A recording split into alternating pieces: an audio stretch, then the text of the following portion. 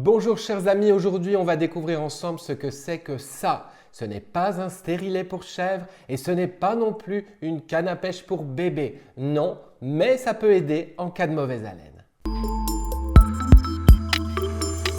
Alors, j'ai décidé de vous parler aujourd'hui d'une astuce en cas de mauvaise haleine. Vous verrez qu'on va découvrir ensemble un objet que vous ne connaissez probablement pas et qui peut s'avérer utile.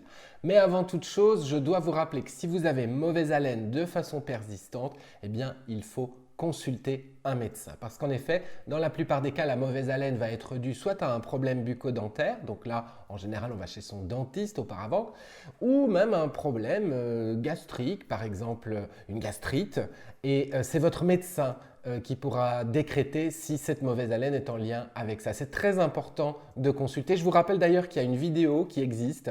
Vous tapez mauvaise haleine Julien sur YouTube et vous verrez là vraiment une approche plus globale de la mauvaise haleine. Aujourd'hui, moi, je voulais plutôt vous faire une petite vidéo rigolote pour vous faire découvrir ceci et ceci. Ce sont des racles-langues.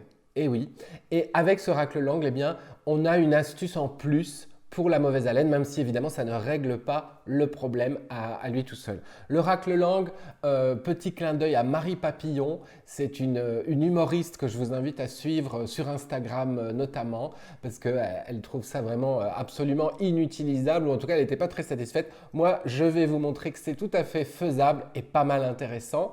J'en ai deux ici, un racle-langue acheté en pharmacie en plastique et un racle-langue acheté sur internet en cuivre, plutôt dans la tradition indienne ayurvédique. Il faut savoir que le fait de se racler la langue vient justement de l'Inde. Dans la tradition ayurvédique, on a tendance à croire que des toxines s'accumulent, et c'est plutôt vrai d'ailleurs dans le fond de la langue, et qu'en les raclant, c'est un peu comme quand on se brosse les dents, on enlève des choses, des bactéries qui sont susceptibles de causer des mauvaises odeurs. Alors, le racle-langue, comme je l'ai dit, se trouve assez facilement soit sur Internet, soit en pharmacie. Ça ne coûte pas cher, mais il faut savoir l'utiliser. Je vous propose de vous montrer comment faire. Donc là, je vais me préparer et je vais me racler la langue en direct. Je ne vais pas utiliser celui-là parce que j'y reviendrai après. Je vais utiliser le plus classique, enfin le plus original, pardon, en métal, en cuivre. Vous voyez que ça se présente comme une bande fine, un peu comme un ruban fin de cuivre qu'on va venir placer sur le fond de la langue, comme ceci, et puis on va tirer vers l'avant.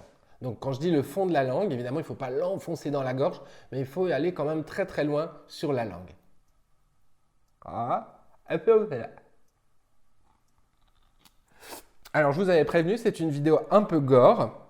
Là, je ne vais pas trop vous montrer, mais sur le métal, j'ai évidemment une espèce de glaire qui s'est placée, un peu jaunâtre.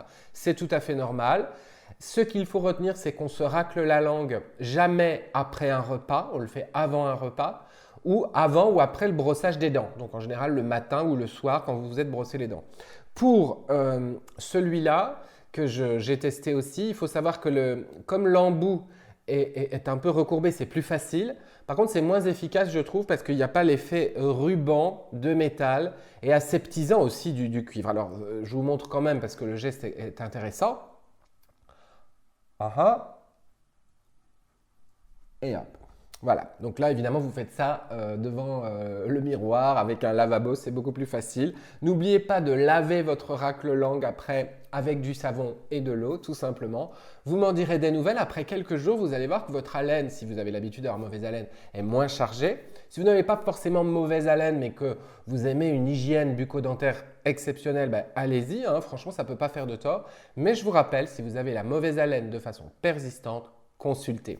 Plus d'infos sur l'essentiel de julien.com, partagez cette vidéo à des copains ou des copines qui ont mauvaise haleine, mais soyez gentils quand même, prétextez autre chose.